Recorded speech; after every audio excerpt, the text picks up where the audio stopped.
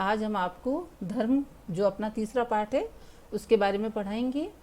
और आज पढ़ाने के तरीके में एक विशेष चीज़ का ध्यान देना आपको कि जो भी मैंने अंडरलाइन कर रखे हैं कलर आपको दिख रहे हैं, येलो, ऑरेंज, पर्पल, इन सब कलर को जहाँ भी कलर हो रखा है आपको अपनी कॉपी में उन्हें लिखना है ताकि आपका लिखने का अभ्यास भी बरकरार रहे। तो अब अपन देखेंगे धर्म के बारे में स्वामी विवेकानंद ने क्या कहा। विवेकानंद जी कहते हैं कि धर्म मनुष्य में पहले से व्याप्त देवत्व आध्यात्मिकता का विस्तार मात्र है। तो इस बात को आप ऐसे समझो कि मनुष्य में जो धर्म है वो किसी और का दिया हुआ नहीं होता, वो उसके साथ जन्म से ही जो ईश्वर ने उसको शक्तियाँ दे के भेजी है, ईश्वर की कृपा से जो उसे स्वभाव, उसकी प्रकृति, उसका भाव, उसका सोचने समझने की जो शक्ति है किसके द्वारा प्रदान की गई है, उसे ईश्वर के द्वारा। तो अर्थात जब मनुष्य जन्म लेता है तो उसमें ये धर्म के तत्व विद्यमान होते हैं। और आगे जाके अगर हम देखते हैं तो धर्म के बारे में कौन कौन से लोगों ने अपने मत रखे हैं, उनमें अब देखो कॉन्फ्यूशियस है, मोजेस है, पाइथागोरस है, बुद्ध है, महावीर है, महावीर स्वामी है, ईसा मसीह है, मोहम्मद साहब है और मार्टिन लूथर है, कैल्विन और गुरु नानक। सभी ने ये जो दिव्यता है, दिव्यता मतलब जो अच्छी चीज़ें हैं जिससे अपन धर्म को अच्छा बनाते हैं, उसमें सुंदरता आती है। तो सभी ने मनुष्य में जो दिव्यता है, एक विशेषता है, दिव्य तत्व है, वो उस बात का संदेश इन सब लोगों ने दिया है। और विश्व में अब देखो धर्म क्या था, धर्म हमेशा समय, काल, परिस्थिति, स्थान, संस्कृति, इनके अनुरूप वो विकसित होता है और उद्भव होता है।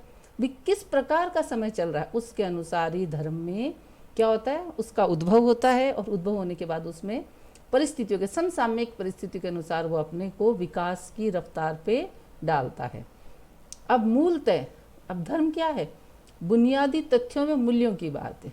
जो चीज़ होनी चाहिए, एक इमारत बनती है तो उसमें क्या होती है, बुनियाद होती है, उसकी नींव होती है, उसके ऊपर कितनी बड़ी आप इमारत खड़ी कर सकते हो। तो धर्म के भी कुछ मूलभूत तत्व हैं, उन्हीं के आधार पे विश्व में अलग अलग संप्रदाय धर्म विकसित हुए, लेकिन जो उनके मूल तत्व हैं ना वो कहीं नहीं बदले हैं, वैसे के वैसे उसी प्रकार से रहे हुए हैं। और इमारत धर्म का विस्तार कितना ही हो जाए, कितनी शाखाएं निकल जाए, कितना ही उसका प्रचार प्रसार करने वाले आ जाए, लेकिन उसके मूल तत्वों में कोई परिवर्तन नहीं आता। अब सर्वपल्ली राधाकृष्ण जी क्या कहते हैं कि आध्यात्मिकता को धर्म का केंद्र माना है। उन्होंने कहा है कि जब व्यक्ति अध्यात्म होता है तो उसके अंदर धर्म मूल तत्व विद्यमान है। अब आप क्या कह सकते हैं कि धर्म का सार इसी बात में निहित है कि मनुष्य किसका उत्थान करे, आत्मा का उत्थान करे, आत्मा का उन्नयन करे और आध्यात्मिक पक्ष पे बल दे। और मनुष्य किस प्रकार बनना चाहिए, उसमें किस प्रकार की भावना को विकसित किया जाना चाहिए, धर्म निरपेक्षता की ओर उसको अग्रसर करे। धर्म का अर्थ, जहाँ तक धर्म शब्द की परिभाषा का प्रश्न है तो अलग अलग संस्कृति देशों ने अलग अलग अर्थों में इसको प्रयुक्त किया है। और भारत में, हमारे देश में हम धर्म को किस रूप में देखते हैं, कर्तव्य। सबसे पहले मनुष्य को अपने कर्तव्य, कैसे जो करने योग्य कर्तव्य उनको करना चाहिए, उनको करते समय उसको किस बात का ध्यान रखना चाहिए, अहिंसा को। ये ना हो कि आप कर्म कर रहे हो और आपके कर्मों में हिंसा हो रही है जिससे दूसरा जीव, एक समाज प्रताड़ित हो, नहीं। और आपके जितने भी काम हैं वो न्याय संगत होने चाहिए। और अब आप न्याय में भी हो, हिंसा भी नहीं करे, कर्तव्य का पालन कर रहे हो, तो वो सब चीज़ें आपके आचरण में आनी चाहिए। आप खाली बोलो, बात करो, वहाँ तक धर्म सीमित नहीं है। आपको उसको आचरण में लेके अपने सद्गुणों का विकास करना ही धर्म है। अब हम बोलचाल साधारण तरीकों में धर्म को क्या कहेंगे, विश्वासों और प्रथाओं। क्या होता है, आप किसी चीज़ को कब मानते हो, जब उसके अंदर आपका क्या होता है, विश्वास होता है। और लंबे समय तक आप किसी चीज़ को विश्वास करते हो, आपसे आगे आपकी पीढ़ियों में वो चीज़ जाती है, तो एक धर्म में क्या आ जाती है, प्रथाओं का विकास हो जाता है। ऐसी प्रणाली के रूप में हम उसको परिभाषित कर सकते हैं, जिसके माध्यम से लोगों का समूह ये व्याख्या करता है कि उसके लिए क्या। अब एक लंबी परंपरा चली, आपने उन मान्यताओं को मानने लगे, तो आपको धर्म क्या बताता है कि आपके लिए क्या चीज़ तो पवित्र है और कौन सी चीज़ सात्विक है। धर्म क्या करता है, उन्नति और कल्याण का साधक होता है। ऐसा नहीं होता कि आप धर्म को मान रहे हो तो आपका पतन हो जाएगा, नहीं। धर्म आपको हमेशा उत्थान की ओर ले जाएगा और व्यक्ति का उच्चस्त विकास, मतलब आप अपने मनुष्य जीवन में आकर अपने समाज में रहकर, अपने परिवार में रहकर, अपनी व्यवस्था में रहकर खुद को, मतलब स्वयं मैं क्या हूँ, इसके उच्च स्तर को प्राप्त कर सकते हो। और उसके बाद जब आप ये जान जाते हो कि मेरा जन्म मेरे खुद के लिए नहीं हुआ है, परमार्थ के लिए हुआ है, तो धर्म अपने सही रूपों में स्थापित होता है। अब अंग्रेजी में इस शब्द को क्या कहते हैं? रिलीजन कहते हैं, जिसका अर्थ क्या होता है?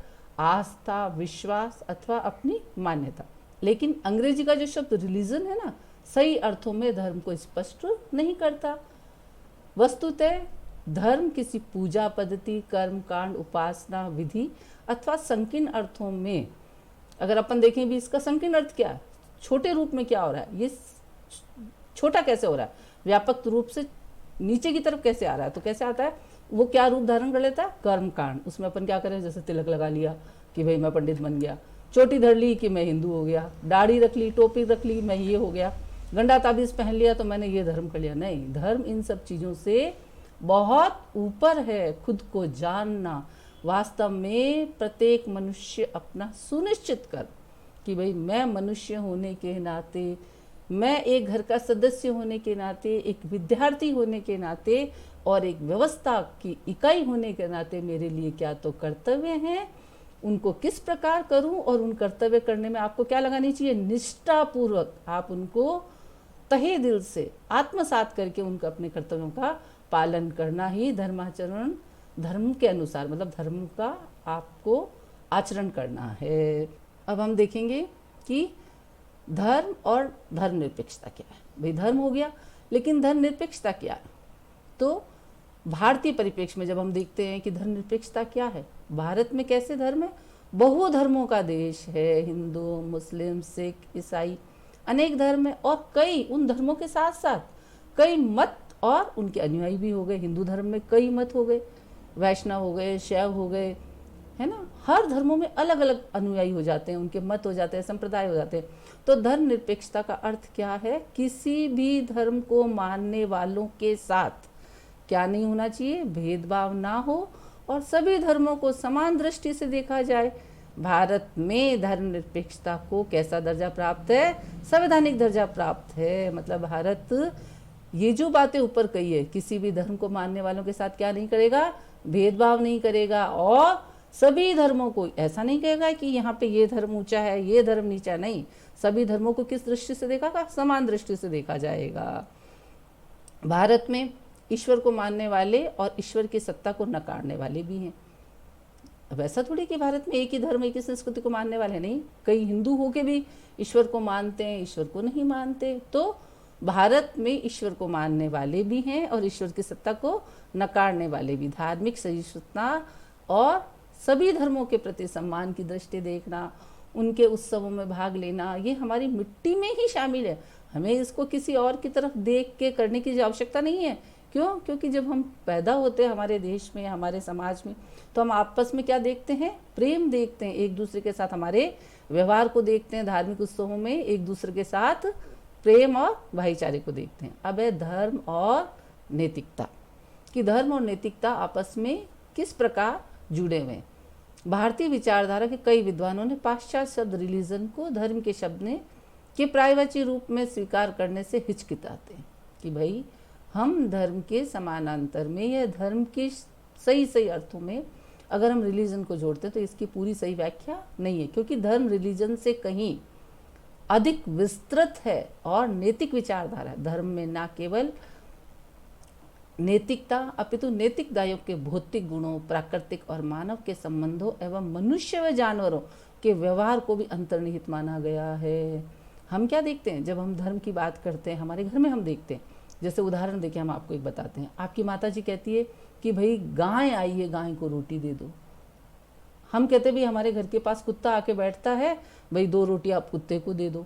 तो ये क्या है? ये हमारा धर्म है, जो हमें मनुष्यों के प्रति ही नहीं, जानवरों के प्रति भी हमारे व्यवहार को क्या करता है? प्रदर्शित करता है कि हमें हर जीव के प्रति और मूलता से हमें क्या करनी है? दया रखनी है। तो दया धर्म का मूल है। और दया जब हम करते हैं, परोपकार करते हैं, तो हमको किस चीज़ को अपने अंदर नहीं लाना चाहिए? अभिमान को नहीं लाना चाहिए कि मैं कुछ नहीं, मैं नहीं, मेरा नहीं।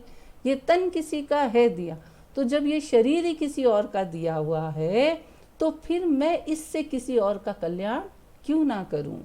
मूलतः यदि कोई भी धर्म अपने आध्यात्मिक पुरुषों, जो बड़े बड़े महान पुरुष होते हैं हमारे धर्म में, हमारे संप्रदाय में, तो हम उनका क्या करते हैं, अनुसरण करते हैं, उनकी बातों को हम मानते हैं। तो उन्होंने हमेशा, देखो आप, कभी भी ये नहीं कहा ऐसी गलत चीज होनी चाहिए। अगर अच्छा संत है, अच्छे संप्रदाय को वो चला रहे हैं, तो उनके मेन उनका उद्देश्य क्या होगा कि वो नैतिक मूल्यों को स्थापित करे। और जो सबसे बड़ा धर्म है वो क्या होना है, मानव होना है, अर्थात मानवता के लिए सर्वथा उपयोगी होता है। वो धर्म कभी भी किसी समाज, किसी व्यक्ति, किसी राष्ट्र को नुकसान नहीं पहुंचा सकता, उसकी श्रेष्ठता को स्थापित करता है।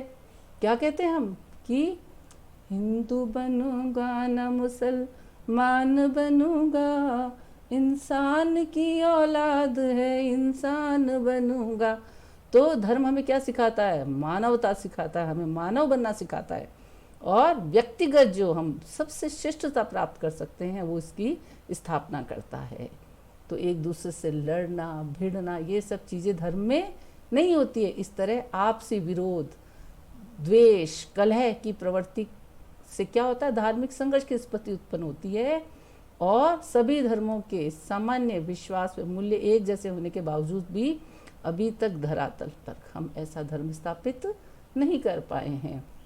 अब अगर हम ये बात करते हैं कि विश्व स्तर पर सभी धर्मों की समान मूल्य हो, उनमें आदान प्रदान हो और एक अच्छा विश्व का धर्म स्थापित हो, तो उसमें हम क्या करेंगे, उस धर्म को हम कैसा स्वरूप मान सकते हैं, वो धर्म का वैज्ञानिक रूप हो जाता है। जिस प्रकार विज्ञान के क्षेत्र में कुछ भी विदेशी नहीं होता कि ये उस देश का है, ये उस देश का नहीं, सर्वदेशिक होता है। इसी प्रकार धर्म के क्षेत्र में भी सांप्रदायिकता नहीं होनी चाहिए, क्योंकि धर्म सभी समय, सभी काल परिस्थितियों में अपने मूल्यों में अगर स्थापित है तो वो एक वैज्ञानिकता को स्थापित करता है। एक धर्म तभी उपयोगी है जब वह अन्य सादृश धर्मों में एक रूपता स्थापित करता है। कि आप कब कह सकते हो कि धर्म अपने रूप को अभी तक नहीं छोड़ पाया है, जब तक वो अन्य उसके समान चलने वाले उसी काल समय परिस्थितियों में जो धर्म है उनमें क्या रखे, एक रूपता स्थापित करे। ये ना करे कि तुम अलग हम अलग। अगर भेद जब हो गया तो धर्म खत्म हो जाता है। धार्मिक मान्यताओं और आस्थाओं का किसी प्रयोगशाला में परीक्षण संभव नहीं है। आप ये नहीं कह सकते कि आपके धर्म के ये मूल्य हैं और ये धार्मिक नहीं है, क्योंकि ऐसी कोई प्रयोगशाला बनी ही नहीं है जहाँ पे हम इसका परीक्षण कर सकें और कह सकें कि धर्म श्रेष्ठ है। वही धर्म श्रेष्ठ है जो नैतिकता के पैमाने पर खरे उतरते हैं और किसका कल्याण करते हैं, मानव मात्र के कल्याण में प्रयासरत रहते हैं। अलग अलग देशों में मान्यताएं, आस्थाएं अलग अलग हो सकती है, लेकिन सत्य और नैतिकता ये कभी भी, इसको हम देश, काल और परिधि में नहीं बांट सकते।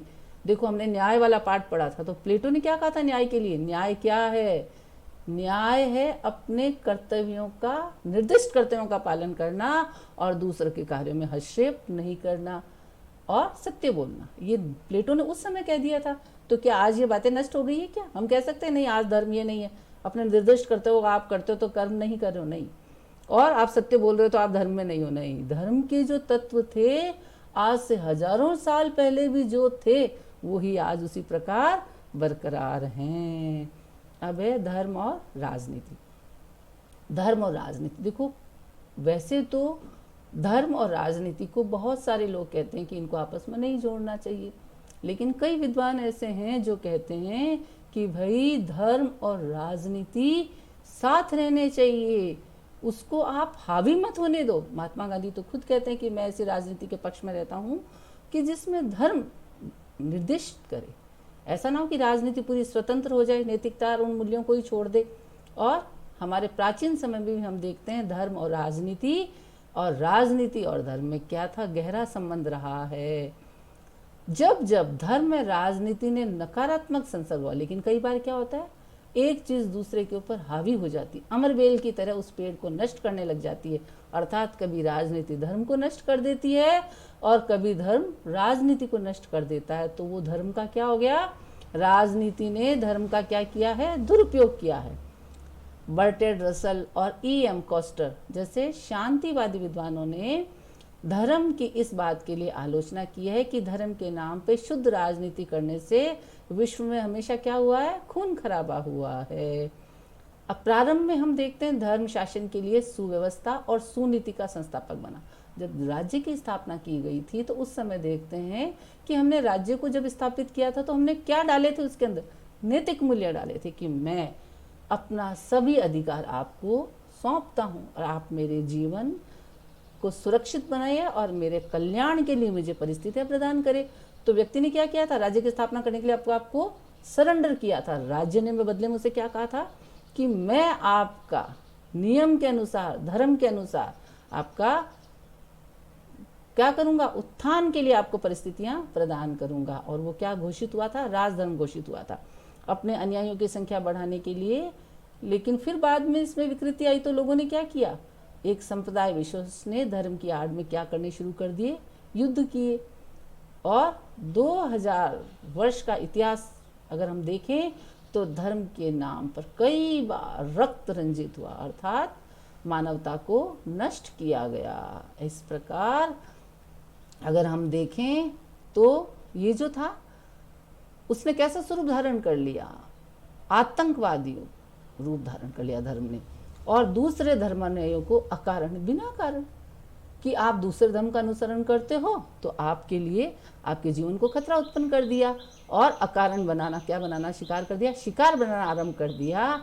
और अगर हम इस बात को गौर से देखें तो भारत इसका सबसे बड़ा शिकार बना है। राम मनोहर लोहिया ने तो कहा था कि धर्म और राजनीति के दायरे अलग अलग हैं परंतु दोनों की जड़ें एक है। धर्म दीर्घकालिक राजनीति है जबकि राजनीति अल्पकालिक धर्म है। अगर आपको सुव्यवस्था चलानी है तो आपको धर्म के मूल जो तत्व हैं उनको लेते हुए राजनीति को आगे बढ़ाना है। समस्या कब उत्पन्न होती है, जब राजनीति बुराई से लड़ने के स्थान पर क्या करने लग जाती है, निंदा करती है। आप कोई भी धर्म है, चाहे वो हिंदू हो, चाहे मुसलमान हो, चाहे सिख हो, चाहे ईसाई हो, अगर उसने एक आडंबर धारण कर लिया, पाखंड धारण कर लिया, तो आप उस पाखंड की क्या करो, उस पाखंड से लड़ो। उसकी निंदा खाली करके रह जाए तो ये बुरा है, ये बुरा है, बुरा है, तो आपकी दृष्टि कैसी हो जाती है, दोष दृष्टि होने लग जाती है। और आप उस धर्म को सुधार नहीं करके क्या उत्पन्न कर देते हो, कलह उत्पन्न कर देते हो, समाज में, आपस में, व्यक्तियों में, घर में, परिवार में। इस प्रकार क्या होता है, धर्म अपना स्वरूप खो देता है। धर्म और राजनीति के मूल तत्वों को समझा जाए और उनमें आपस में क्या किया जाए, विवेकपूर्ण उनका मिलान, और जिससे क्या हो सके, मानव कल्याण में वो साधक बन सके। अब है अविवेकपूर्ण मिलन।